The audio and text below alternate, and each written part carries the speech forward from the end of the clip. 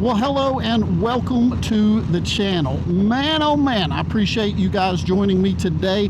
It feels good to be back on this Low Rider ST, and more specifically to be able to carve out a little bit of time to talk to you guys about my love for this particular motorcycle. And we're going to go over some upgrades and some of the things I've had done to it. And what I'm going to do is, when we start talking about those things, I'll probably remind you, but all the links for everything that I mentioned is going to be in the description below as well. I'll probably reiterate this fact too, is that you know, you don't have to put a detailed explanation in the comments and say you're looking at my exhaust.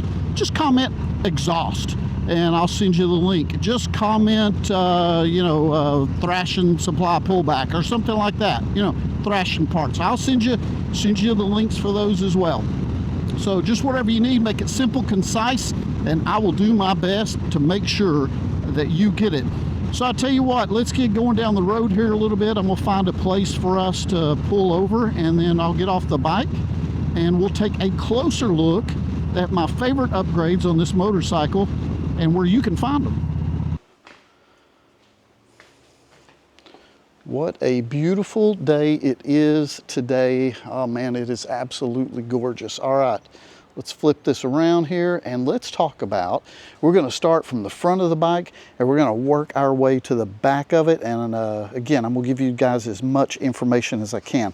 First of all, let's talk about the LP4 headlight. I think I've got a full video of that on the channel.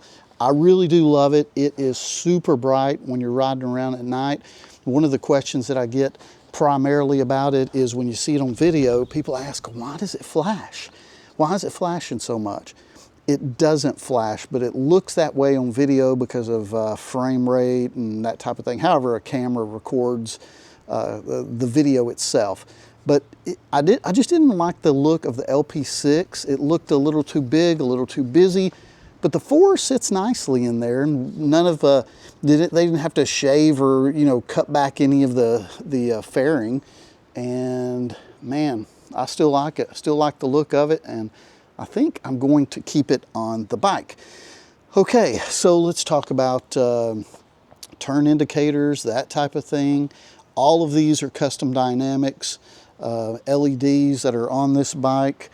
One of the things that I did want to mention, so LEDs here in the back, one of the things I did want to mention, and I'm not going to show you because I'd have to take the seat off, is the triple play on this motorcycle. So what the triple play does, if you're unfamiliar with it, it just creates the flash, the flash on the brake lights. That way you got people coming up behind you, it's just another safety feature, so you really don't have to worry about, hopefully you don't have to worry about somebody coming up and rear-ending you.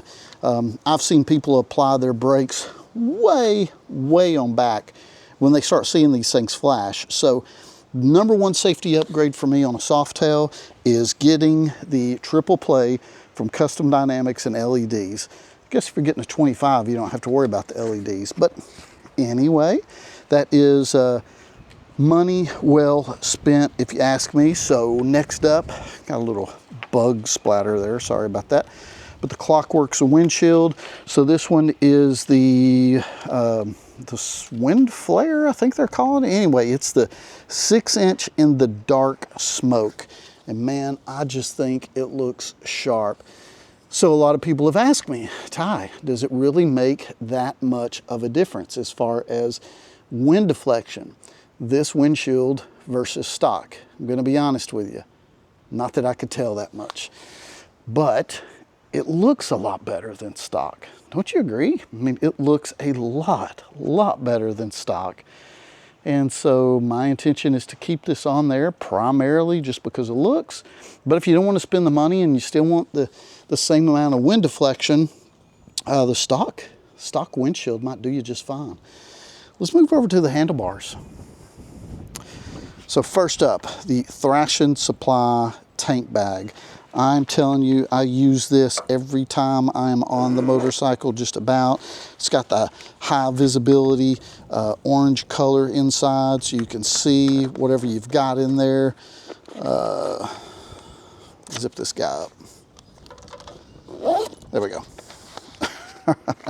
But anyway, this is just a terrific place to put, I don't know, maybe your wallet, maybe your cell phone, maybe a GoPro, anything like that. I use to keep this, and it works fantastic. Highly recommend that. Next up is the 6.5 pullback from Thrash and Supply. So if you're wondering, a lot of people ask this question. I am 5'9", and this is a great fit for me. Any higher, it would just be too high for my shoulders and my back. I've got some shoulder injuries. We won't go into that right now, but anyway, 6.5 is the perfect height for me. And on top of that, you can see where my local dealership ran the wiring here. Anything higher than that 6.5, you're going to need some extension cables, but with the 6.5 on a 22 Low Rider ST, at least, they don't have to offer any extension on those. So another way to save a little bit of money, let's go to the heated grips. So this is a switchback collection. I did have the Empire collection on here. I just wanted something that just looked a little more simple, to be honest with you, and went with the switchbacks. And so far, I mean, got these right at the end of winter time. The heated grips work great. I like the look of them, and those are from Harley Davidson's website.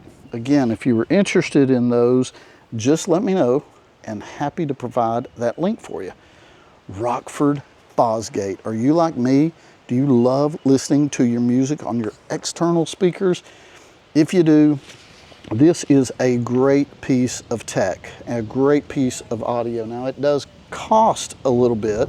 There is a price associated with this, but all in all, I think it is great. I've got a full video on this one for the Rockford Fosgate system for the Low Rider ST. I'll just tell you straight from the start, you get about 55, 60 miles an hour, you're going to notice some of the volume degradation as well as the audio clarity.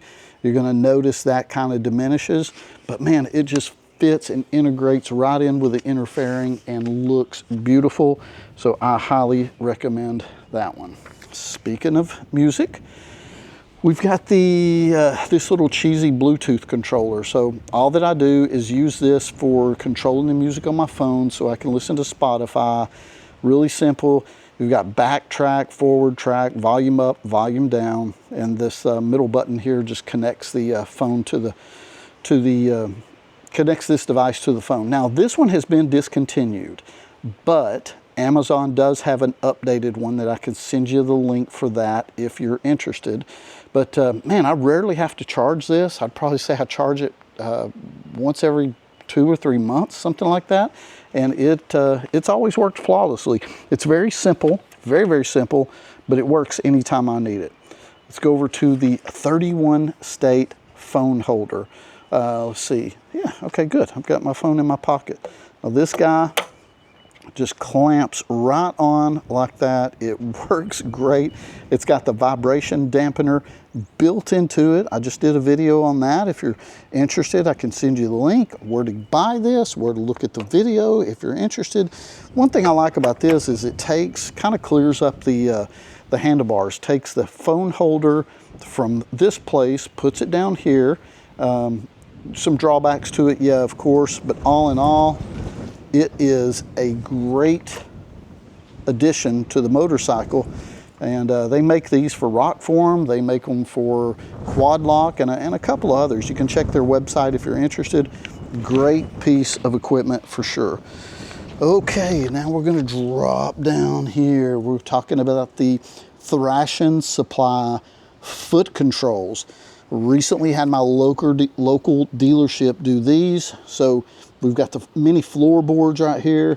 These are so cool. They're a little smaller than I thought they would be, but they just fit me. They fit me well, and it's a great fit for the bike. So I got this shifter arm put on as well. I went with chrome, and the shift linkage is here, and then the tip of that. And then on the other side, we've got another floorboard, chrome brake arm to match, And the brake linkage is, hopefully you guys can see that down under there as well. So a couple of different thrash and supply parts. If you're interested in those, I'm happy to provide any feedback for you. But I would say if you're looking for those, you know, just check Thrash and Supply's website. They're going to have everything that you need on this. It's easy to find on their website. They've got all their pricing, and their shipping was super fast, even though they're in California. I think it got here pretty quick. Let's go over to the other side of the bike again. Now we're looking at this sweet Bassani 2-in-1. Now on this one, this color is called Black Chrome. This is the Bassani Road Rage 3, if I remember right. So this one, interesting. The Black Chrome, I can't find anywhere. And somebody commented a while back and told me the reason why they're not producing this one anymore. You can get it in regular chrome, but this Black Chrome, I've been trying to help people find it on a different time or two, and it's just nowhere to be found. But it looks gorgeous. It sounds incredible. It was expensive. Definitely it was expensive to put on this bike, but man, I just love it, and I think it looks super sharp. Let me pan back so you guys can see that. Just a really, really good fit for the motorcycle. Now, something else. Black push rods, push rod covers, got those put on. These were chrome when I first bought the motorcycle. And then when I had a stage 2 done to this one, we'll talk more about that in a second. The dealership suggested going all black, and man, I just think that looks super sharp. Great addition to the motorcycle. You know, I like to add some chrome to the bike, that's for sure, but that right there, blacked out, that looks so good. And see this Saddleman seat here? Saddleman step-up seat. A lot of people have these. So the great thing I like about the Saddleman step-up seat is that you can customize this just about any way you want to. And Saddleman dropped a Tie from Tennessee logo on this one. And I've heard stories, you know, I've got a full review on this seat on the channel, but I've heard stories. A lot of people will say, you know, Saddleman, it takes them forever to break in, that it's difficult to, or uncomfortable right from the start. I'm going to be 100% honest with you and say that is the exact opposite of my experience. So far, my experience is has been that the moment I got it, the moment I sat onto it, yeah, you could tell it needed to break in a bit, but with this tuck and roll that I have on here, it was comfortable right from the start, right from the very start. And then this sissy bar, I don't do any two-up riding, but the sissy bar is primarily just used for looks, to be honest with you. And when I get off the bike, I just kind of fit my helmet right there to it. Oh, goodness gracious. Let's see, what else do I need to talk to you guys about? Let me flip pages here. All right, next up, let's go back over here, because one of the things I did do is get a stage 2 on this one. A little different stage 2 I had done on this one. So on this particular Low Rider ST, the stage 2 I went with was the Star 3030 cam, 64 millimeter throttle body, and I did have it dyno tuned. My local dealership put a Power Vision license on this and tuned it out on the dyno for me. And again, full video there. If you're interested, I am happy to send you more information. But wow, really woke the bike up. What I tell everybody after the stage 2 on this motorcycle, she is just aggravated, upset, and pissed off all the time. But such a fun motorcycle to ride. I absolutely love it. So what about future plans for my Low Rider ST? Well, I do have a few things in mind for future plans. One of those is gonna be, I really want to get rid of the bronze.